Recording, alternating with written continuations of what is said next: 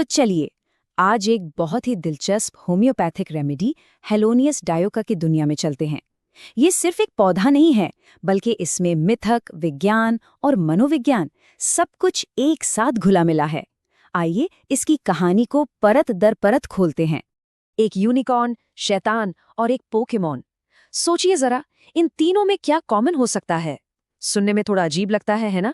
पर यकीन मानिए, इसी सवाल का जवाब हमें आज के हमारे पौधे तक लेकर जाएगा। और इसका जवाब छिपा है इस खूबसूरत से दिखने वाले पौधे में, हेलोनियस डायोका। यही वो पौधा है जो इन तीनों एकदम अलग अलग किरदारों को एक धागे में पिनोता है। पर कैसे? चलिए पता लगाते हैं।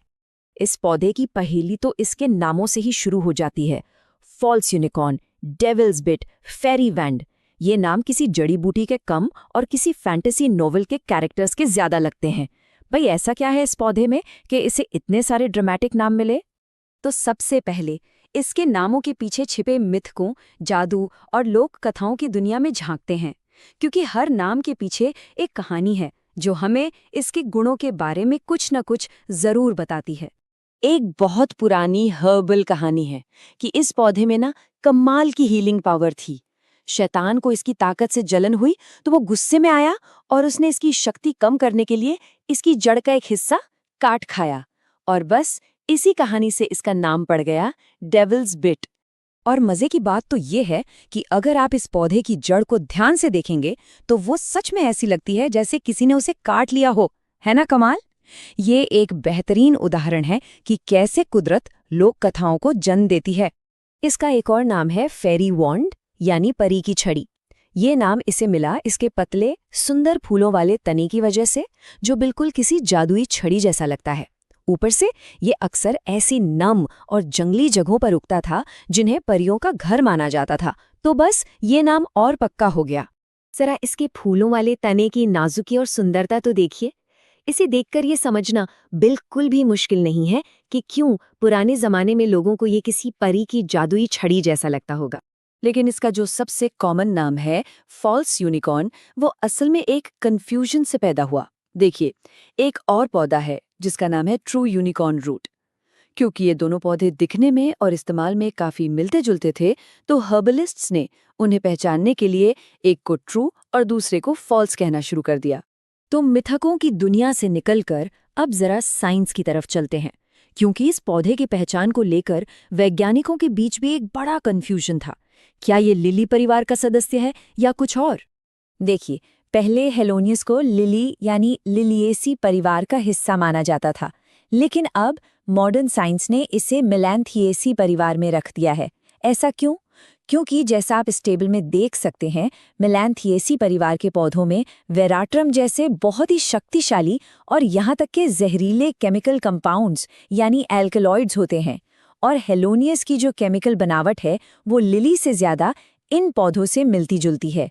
ये जो आप देख रहे हैं, ये एक तरह से पौधों का फैमिली ट्री है, जिसे फाइलोजेनेटिक ट्री कहते हैं। ये जेनेटिक लेवल पर उनके रिश्ते दिखाता है और ये साफ साफ दिखाता है कि हेलोनियस सीधे सीधे मिलैंथिएसी परिवार से जुड़ा है। तो बस इसकी पहचान का जो साइंटिफिक संकट था वो यहाँ खत्म हो जाता है। अच्छा, पौधे की बात तो हो गई, लेकिन जब ये एक होम्योपैथिक रेमेडी बनता है तो इसका व्यक्तित्व यानी पर्सनालिटी क्या होती है?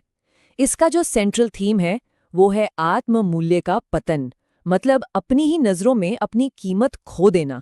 और इस कॉम्प्लेक्स मानसिक स्थिति को समझने के लिए हम एक बहुत ही मजेदार और अनपेक्षित उदाहरण लेंगे, पोकेमॉन की दुनिया से फ्लोरजेस। जी हाँ, बिल्कुल सही सुना आपने। अब देखिए ये कंपैरिजन कितना परफेक्ट बैठता है। पोकेमॉन फ्लोरजेस की सारी ताकत उसके फूलों में होती है। अगर वो खराब हो जाए तो वो कमजोर हो जाता है। ठीक उसी तरह हेलोनियस रेमेडी की जरूरत वाली महिला की ताकत और उसका मानसिक संतुलन उसके गर्भाशय यानी यूटेरस के स्वास्थ्य से जुड़ा होता है। जब यूटेरस में कमजोरी आती है तो उसका मन और आत्मसम्मान भी कमजोर पड़ जाता है। और ये सारी भावना इस एक लाइन में सिमट जाती है जो अक्सर ऐसी महिलाओं के मन में चलती है। ये कोई बाहरी दुख नहीं है, बल्कि एक अंदरूनी एहसास है कि उनका शरीर ही उनका साथ नहीं दे रहा और इसीलिए वो किसी काम की नहीं है। ये अपनी ही कीमत का एक गहरा पतन है। तो चलिए अब हेलोनियस मरीज के पूरे प्रोफाइल को एक साथ जोड़कर देखते हैं। जहां शरीर और मन एक दूसरे से कितने गहरे जुड़े हैं ये साफ नजर आता है। देखिए, ये सिर्फ एक एहसास नहीं है, इसके पीछे पूरी बायोलॉजी काम कर रही है। ये चार्ट दिखाता है कि इस पौधे का जो मुख्य केमिकल है, कैमेलिरिन, वो शरीर में जाकर सबसे पहले हार्मोन्स का बैलेंस बिगाड़ता है। फिर ये पेल्विक मसल्स को कमजोर करता है और आखिर में यही पूरी प्रक्रिया मानसिक थकान और किसी भी काम में मन न लगने का कारण बन जाती है। तो अगर पूरी पिक्चर को देखें तो कहानी शुरू होती है सेल्स के लेवल से। वहां से असर हार्मोन्स पर पड़ता है, फिर मांसपेशियां कमजोर होती हैं और अंत में ये पूरे शरीर में थकान और पेल्विक अंगों की कमजोरी के रूप में सामने आता है। ये बिल्कुल साफ दिखाता है कि शरीर और मन को अलग अलग करके नहीं देखा जा सकता। अब एक जरूरी सवाल ये उठता है कि हेलोनियस, सीपिया जैसी दूसरी रेमेडीज से अलग कैसे है, क्योंकि दोनों में थकान तो है, पर फर्क बहुत बड़ा है। सीपिया की महिला थकी होने के साथ साथ गुस्सैल होती है, वो अपनी जिम्मेदारियों से भाग जाना चाहती है।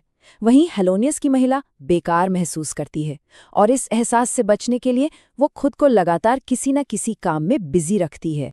और आखिर में एक बहुत ही पुरानी और दिलचस्प सोच है जिसे डॉक्ट्रिन ऑफ सिग्नेचर कहते हैं। ये मानती है कि एक पौधे की बनावट ही उसके औषधीय गुणों का इशारा देती है। जैसे हेलोनियस का सीधा तना ताकत का प्रतीक, इसकी मजबूत जड़ सहारे का प्रतीक और इसका नम माहौल में उगना थकावट की स्थिति का प्रतीक। ये विज्ञान नहीं, पर एक खूबसूरत नजरिया जरूर है। और यही सोच हमें अपने आखिरी सवाल पर लाती है, किसी भी इलाज की असली ताकत कहाँ से आती है? क्या ये सिर्फ उसके केमिकल्स और मॉलिक्यूल्स में होती है, या फिर उन मिथकों, कहानियों और प्रतीकों में भी होती है जो हम सदियों से उनसे जोड़ते आए हैं? हेलोनियस हमें लिखाता है कि शायद जवाब कहीं इन दोनों के बीच में है।